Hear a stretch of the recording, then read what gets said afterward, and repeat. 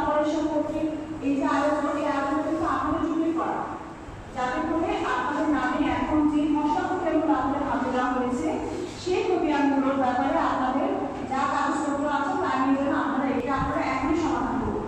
যদি এখন সমাধান করেন তাহলে পরবর্তীতে যে কোনো ধরনের বড় ঝামেলা থেকে আপনারা কিন্তু উপকরণের সভায় সমাজের সভাপতি জনাব কামরুল হাসান এবং বিশেষ অতিথি সে বক্তব্যে আছেন সরকারি কমিশনার জনাব সানি সুলতানা এবং আমার সাংবাদিক ভুবনেশ্বর এবং সাংবাদিক সবাইকে সালাম জানাচ্ছি। আসসালামু আলাইকুম।